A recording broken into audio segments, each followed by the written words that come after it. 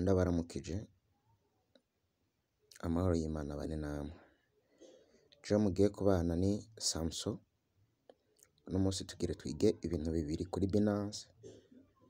Ica mbere ni mu gihe twaba dufise coin runaka nk'akarorero Tone, Pepe, Bitcoin, XRP, donc coin imwe muri izo zose canke coin iyo ariyo yose ufise kugira ushobore kuyitradinga muri sport ukayihinduramwo amadolari, ukayigurisha ukayihinduramwo amadolari, hanyuma ayo madolari nayo ukayavunjisha akagushikira kuri Rimcash canke kuri Bankobu Inote. Ivyo nivyo bintu bibiri tugire turabe.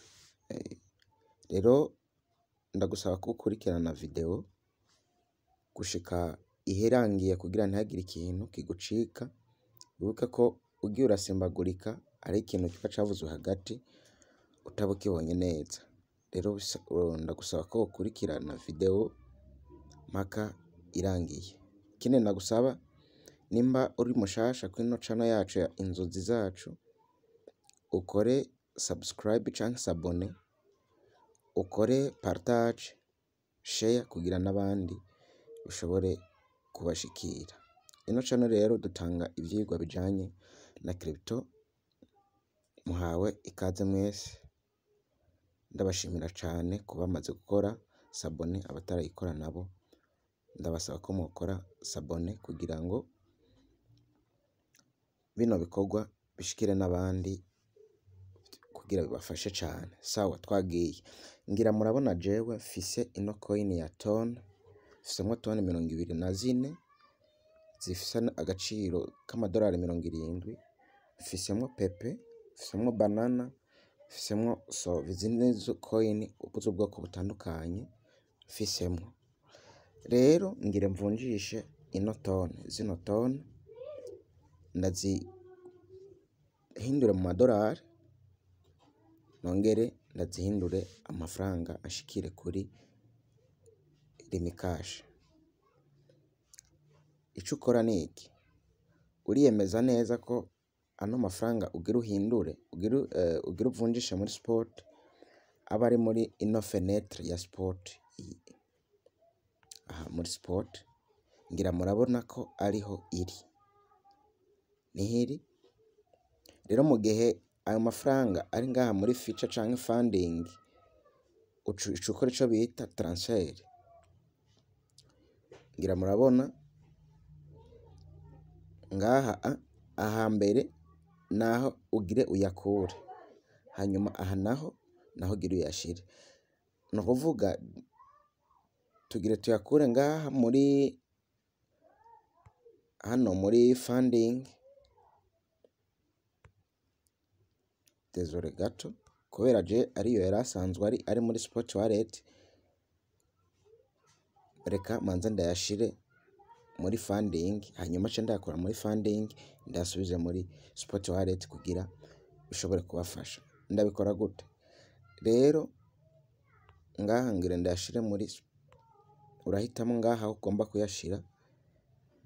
Ngomba kuyashira ngaha muri funding, hanyuma coin ugomba kwimura canke amahera ugomba kwimura abari ngaha biravana rero nayo bufisemo, ukaca uhitamo. Je ndahitamo Tone, hanyuma ngaha ndashiftinda kuri maximum kugira ndayimurireyo yose uko yakabaye canke nkofirma. Ngira murabona ko transfer yabaye successful. Aha rero ndayashize, ndayakuye muri sport ndashira ngaha muri funding. Ngira murabona ko yamaze gushikayo. Ikindi nobibutsa ko turiko twiga ingene yavunjisha dukoresheje spot trading. Rero ngire ndayasubizeyo kwari kubereka gusa uko bigenda. Ngire ndayasubize muri spot trading kugira binyorohere konza ku ya trading. Ndafyonda kuri transfer.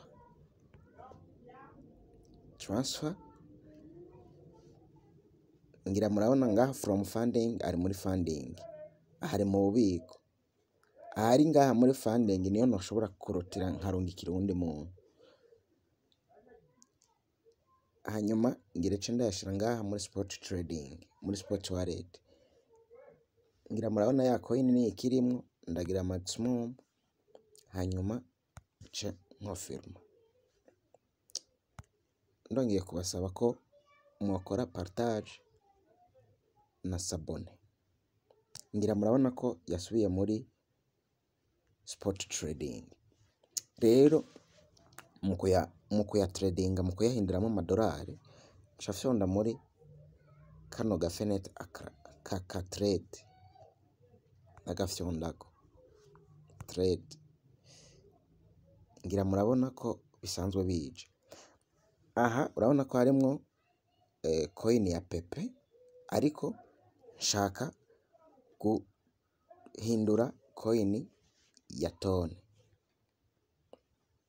Ndafyonda hajya hejuru aha handitse pepe kugira nshiremwo coin nipfuza guhindura. Ndafyonde hanyuma nca ndondeza ngaha tone. Rero icitondegwa, hariho tone USDT, tone FDUZ na tone USDC. Ubu bwose ni ibintu bitandukanye. Hariho na tone Bitcoin. Mu gihe uhisemo iyi tone USDT, izo tone ziza guhinduka amadolari. Igihe uhisemo iyi tone USDC, ayo matone aca azahinduka ama USDC. Mu gihe uhisemo tone Bitcoin, ayo matone aca ahinduka Bitcoin. Ariko twe dushaka ko ahinduka amadolari, ama USDT. Ca dufyonda ko ngaha kuri USDT. Ibintu vyankenerwa ngaha utegerezwa kumenya: hariho buy, hariho sell, hariho limit na price na amount na total naha TP na SL. Ibi bisobanura ngo take profit na stop loss. Ibyo nivyo vy'ingenzi ukeneye kumenya, ariko muri uno mwanya ngire ndababwira ku bintu bitatu vy'ingenzi mu gihe uri kuravunjisha coin yawe. Kandi ni nako bigenda mu gihe uriko uradandaza kari coin yari yo yose yagiye nko ku isoko, nk'akarorero Atoshi mu gihe izoba yagiye ku isoko, CPN, coin yari yo yose uko niko ivunjishwa mu gihe wamenye eshangere yabaye liste. Rero ngaha kuri buy ni mu gihe uba ufise amadolari ushaka kugura iyo coin. Aha naho kuri sell ni mu gihe uba ufise iyo coin ushaka amadolari. Igiciro ngiki kiba kiri ngaha. Aha naho handitse limit. Mu gihe upressinze order harimo limit, iyo order nticiba complete ubwo nyene. Bica bisaba ko iyi limit, iyo order iza kuba complete mu gihe iyo coin ishikanye igiciro kiri ngaha. Nk'akarorero dufate nko kuri sell, nshaka kugurisha amadolari, sinshaka kugurisha kuri kino giciro. Kubera nashaka kugurisha kuri kino giciro, niyo mpamvu nshiramwo limit ngaha. Hanyuma nkaca aha naho kuri prix nkaca nshiramo igiciro nifuza. Urabona ko ubu iri kuri 2,8. Nk'ubu nk'akarorero nshobora kubona ko ico giciro uno munsi iza kukirenza, iza gushikana nko ku madolari 5 dufate, canke nko kuri 3.5. Ngaha ca nshiramo 3.5. Mu gihe rero ngaha kino giciro nicashika kuri 3.5, ya coin yanje ica yigurisha direct. Ariko ibyo si byo nshaka. Nshaka ko ndayigurishiriza kuri kino giciro kiri ngaha nyene ku isoko ubu nyene no mwanya. aha kuri limit ca ndahahindura cishiramwo market. Aha nkipressa order ubwo nyene aca ahinduka amadolari tayari. Nashizemo rero market, ngira murabona available iziri disponible ni tone 24 n'ibice 45, zikaba zivara amadolari 70 n'ibice 84. Ngira murabibona rero ngaha nshaka ca nandikamwo 24 bivanye nayo nshaka kugurisha. Mu gihe ntashaka kuyagurisha yose ndandikamwo, dufatite reka ndandaze amatone 20 canke reka ndandaze amatone 10, ariko jewe nshaka kuyadandaza yose, kuyavunjisha yose. Kubera nshaka kuyavunjisha yose, nshaka no kwandikamwo 24,45 ibi mubona ngaha aha. Canke naho nkafata aka, mu gihe nshaka kuyagurisha yose nkafata kano kantu nkagakwega nkagashikana kuri 100%. Aha mba nemeje ko nshaka kuzigurisha yose. Wiyemeza ngaha ko washizemo market kugira ucugurisha kuri kino giciro kiba kiri gihari uwo mwanya. Then uhejeje gukora ivyo ucu ugurisha. No mu kugura ubigira gutyo nyene. Reka rero tugurishe selling. Ngira ko mubona order created. Aha nahejeje, murabona ko iziri disponible hasigaye 00. Aha zamaze gucika amadolari tayari. Hasigaye rero ko nca ndazivunjisha izo dolari zanje ashikire kuri limikashi. Nico cigwa ca kabiri tugiye gukurikira. Rero nimba utarakora sabone, kora abonnement canke subscribe, ukore partage na like kugira bino vyigwa uronse bishikire n'abandi nabo bibafasha. Rero no kuri buy ukoresha muri ubwo buryo nyene. Ushaka kugura, ngira murabona ko ubu mfise amadolari, kare nashaka kugurisha nari mfise amatone, nazigurishije zabaye amadolari. Ubu nko mu gihe noca nshaka nko kugura iyindi coin atari tone canke tone nyene, ngira murabona ya madolari ko ubu ariyo ari disponible. Nk'ubu nogura bompa itone 24 n'ibice 42, canke nkahitamwo iyindi coin kanaka numvise noshobora kugura, nimba ari iyi self, nimba ari iyi pole, nimba ari turbo, nimba ari XRP, iyo ariyo yose wowe ushaka, nuko bikorwa. Rero kugira adushikire kuri limikashi tubikora gute? Ndaza ngaha muri asset, ngira murabibona ya madolari ko yamaze kunshikira, yamaze kubicika ama USDT, namaze kuyakura mu matone ndayashira mu ma USDT. N'amadolari 70 n'ibice 78. Rero ngire ndavunjisha ndashire kuri limikashi canke kuri Bankobu Inode. Uraza ngaha muri home,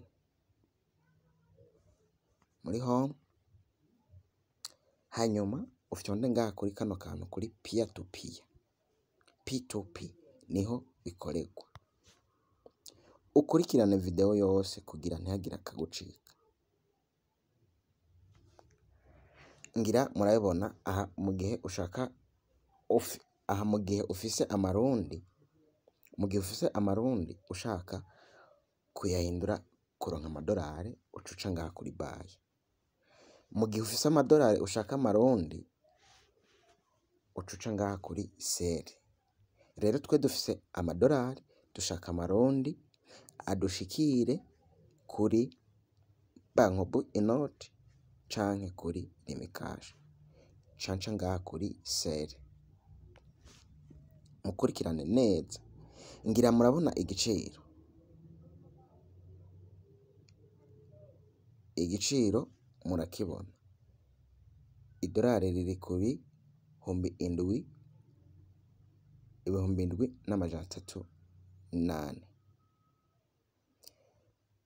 Aha naho uyu nayo rikavunja ibihumbi indwi n'amajana 372. Ndababwira ko aba ari abantu baba bariyabonesheje muri Binance kugira bakorane bashobore kuza baravunjisha ayo mahera. Ibi ntibikorwa na Binance ubwayo, oya, bikorwa n'abantu. Rero ndahitamo igiciro kinshimishije. Nk'ubu urabona nk'uw'ibihumbi indwi n'amajana 38 niwe nari guhitamwo, ariko kubera amadolari amfise adahuye na regrema ziwe, kubera ko regrema ziwe bisaba ko aya mbere woherako ngaha limite woba ufise dolari zivara ibihumbi amajana 7. Ca nibaza eske zirya dolari 70 zanje ziravara amadolari amajana 7, ibihumbi amajana 7 vy'amarundi. Ufatiye kw'igiciro urumva ko ivyo bihumbi amajana 7 atayarimwo. Rero uyu ca ndamureka kubera ko minimum aherako kuriha ni ibihumbi amajana 7, ariko uyu minimum aherako ni ibihumbi amajana 2. Uyu ashobora kungurira n'ivyo kumvunjira. Urabona ko uburyo akoresha ni bank transfer na Bankobu Inode. Rero ca mfyonda kuri seri, ngira murabibona. Okay, ngaha ca nshiramwo uburyo bwo kuriha ibyo ngire ndamuhe. Ca nshiramwo amadolari 70. Amadolari 70. Ngira murabona nza kuronka amafaranga angana n'ibihumbi amajana 515 n'amahera amajana 680. Ngira murabibona ngaha. Uburyo nza kuyakira ko je nashizemwo ni Bankobu Inode, bank transfer. Ngira murabibona ni Bankobu Inode. Nawe ushobora kucushiramo ubundi buryo bwawe. Ngira murabona code amahera aza kunshikirako ni 77 biza gutwara iminota 30. Iyi minota 30 ntiza guhera ayo mahera ntarayaronka. Ukurikira akantu ku kandi ntiza guhera ayo mahera ntarayaronka. Hanyuma maze gushiramo amadolari 70 yanje ngire mvunjishe, cashonda ngaha kuri place order.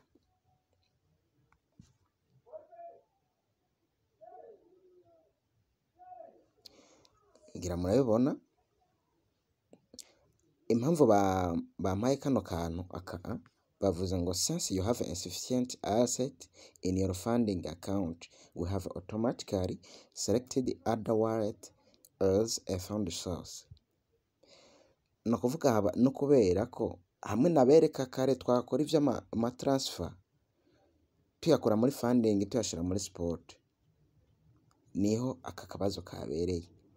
Aha nibagiye nayagumije muri sport, nari kubanza kuyashira muri funding kugira banyemerere kuyavunjisha mu marimikaje. Aha rero baje bambwira ati rero kubera muri funding atabutunze bukuye buriyo, tuca twihitiramwo igice kirimwo ayo mahera ushaka.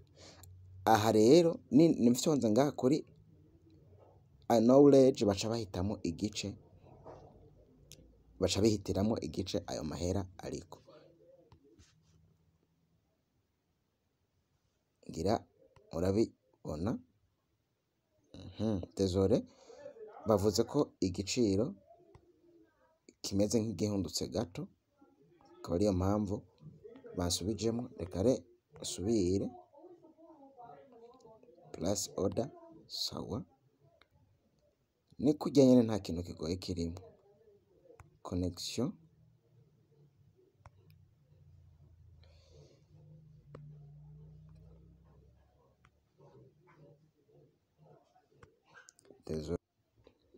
turaplacinga order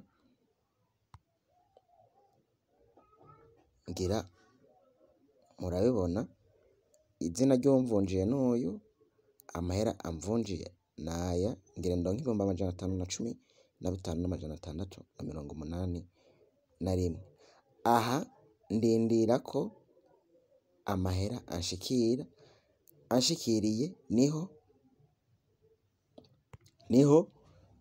nshobora kwemeza ino order ikagenda. Ngira murabibona, kandi murashobora no kuvugana mukavugana uko vyogenda muciye ngaha kuri chat. Nk'akarorero mu gihe izina ryawe ridahuye n'irya Binance ukamubwira ati izina ni naka. Ngira murabona ko atari rya mbere anguriye amvunjiye. Ngira murabona aya n'amantuze yagiye arama, aya ni Bordero, ico gihe yarampaye 502. Aha naho yarampaye 502 nyene.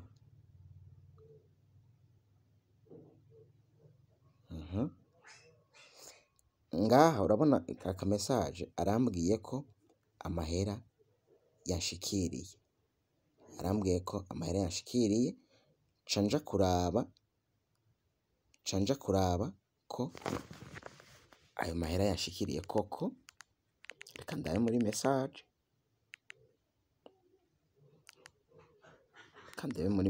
ko ayo mahera yanshikiriye.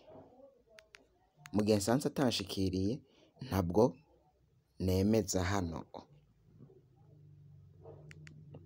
Kandebe tiko nkoresha kandi agatelefone gatoya kugira ndabe ko 515 byanshikiriye.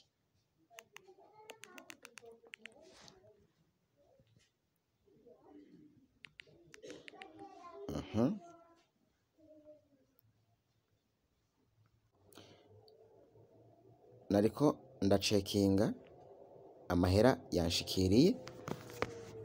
Mu gihe rero yanshikiriye ndaza kubereka aga screenshot kuko amahera yanshikiriye, then noneho reka ndabirebera muri chat ndabe ko yamaye proof.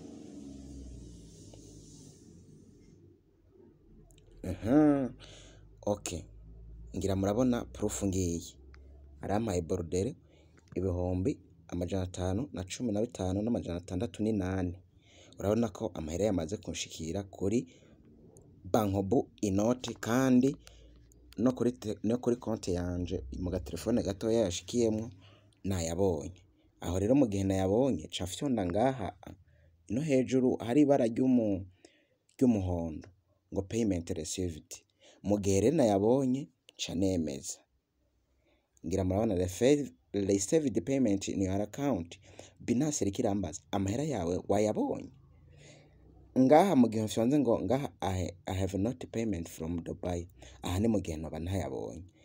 Mu gihe noba ntayabonye ca fyonda ngaha, ariko ko nayabonye ngaha I have verified that the payment of Frembo, aya mahera ngano ku 515 has been received from Kevin arakaza, kandi nayabonye. Rero ko nayabonye ca fyonda ngaha, then camita nkofaminga.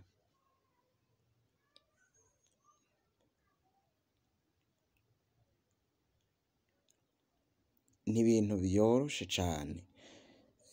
Rero ko namaze kuyabona ca nkonfirma.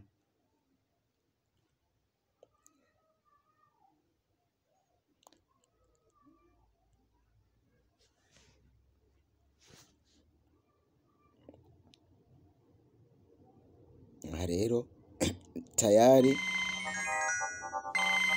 amahera ndayarangije arahejeje kunshikira kuri.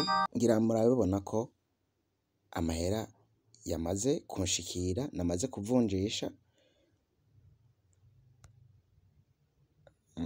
Ushaka kurabirebera no muri historique ngaha muri chat, ngira murabibona ama historique maze gukora kari menshi, ni menshi. Ushaka uraja no ngaha muri orders ukaraba ivyo umaze gukora, ngira murabibona ko ari muri order history.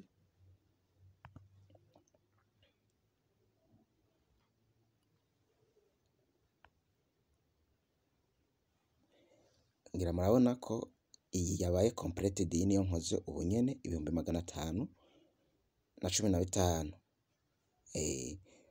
Itariki 23 urabona ko nari nakoze iyindi order y'amadolari 7 y'amadolari 13, barampa 1,100.